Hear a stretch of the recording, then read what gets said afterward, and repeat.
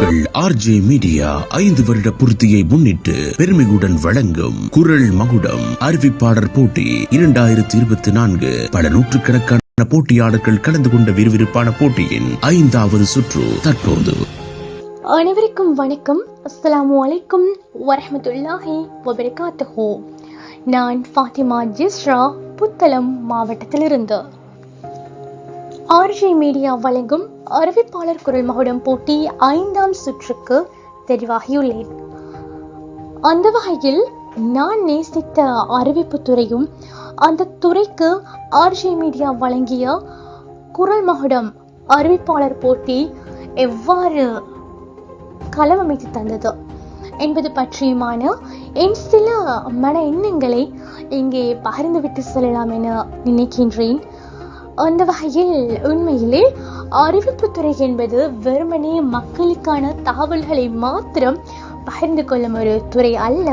அதை தாண்டி உலகையும் உலக மக்களையும் ஒன்றிணைக்கும் ஒரு பாலமாகவே அமைகின்றது என்றால் அது மிகையாகாது.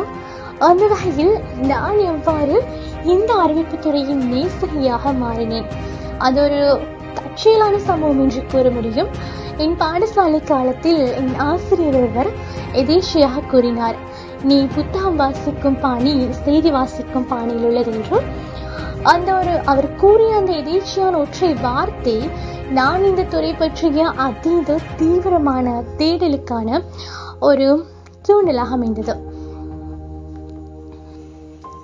நான் அந்த வார்த்தையை ஒரு உற்சாக பானமாக எடுத்துக்கொண்டு இந்த துறை பற்றிய தீவிர தேடலிலே இருந்த சந்தர்ப்பத்திலே என் பாடசாலையின் தமிழ் பாட ஆசிரியை மூலமும் நான் என் பேச்சு திறனை செம்மையாக வளர்த்துக் கொள்வதற்கான வாய்ப்பும் எனக்கு கிட்ட தவறவே இல்லை. என் தமிழ் பாட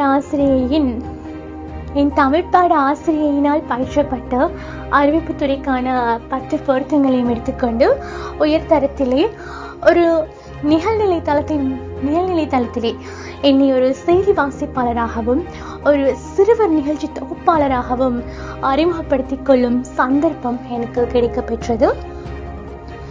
அதைத் தொடர்ந்து பரீட்சை காலம் நெருங்கவே இந்த துறைக்கு ஒரு சிறிய இடைவேளையை கொடுத்துவிட்டு பரீட்சையை வெற்றிகரமாக முடித்துவிட்டு அதன் பின்னர் இந்த துறையை முறையாக கற்க வேண்டும், இந்த துறையை நானும் ஒரு பெரிய ஜாம்பவானாக ஜொலிக்க வேண்டும் என்ற ஒரு பேரார்வத்தில் பல்கலைக்கழகத்தில் இந்த துறையை முறையாக கற்பதற்கான பல முயற்சிகளை மேற்கொண்டு ஓரிரு புள்ளிகள் மாற்றத்தில் அந்த வாய்ப்புகள் நழுவப்பெற இந்த துறைக்கான அனைத்து கதவுகளுமே மூடப்பட்டு விட்டது போன்ற ஒரு மன எண்ணத்திலே, ஒரு விரக்தியிலே துவண்டு கிடந்த காலகட்டத்திலே,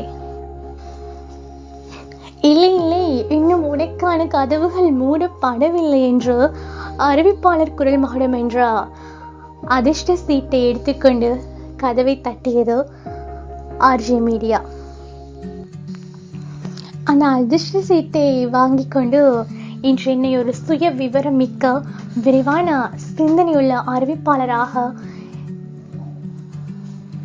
செம்மைப்படுத்தி 700 போட்டியாளர்களை கொண்ட 4 சுற்றுகளிலுமே வெற்றி பெற்று இன்று இறுதிப் போட்டிக்கு செல்ல இருக்கும் 23 போட்டியாளர்களில் ஒருவராக நானும் தெரிவு செய்யப்பட்டுள்ளேன்.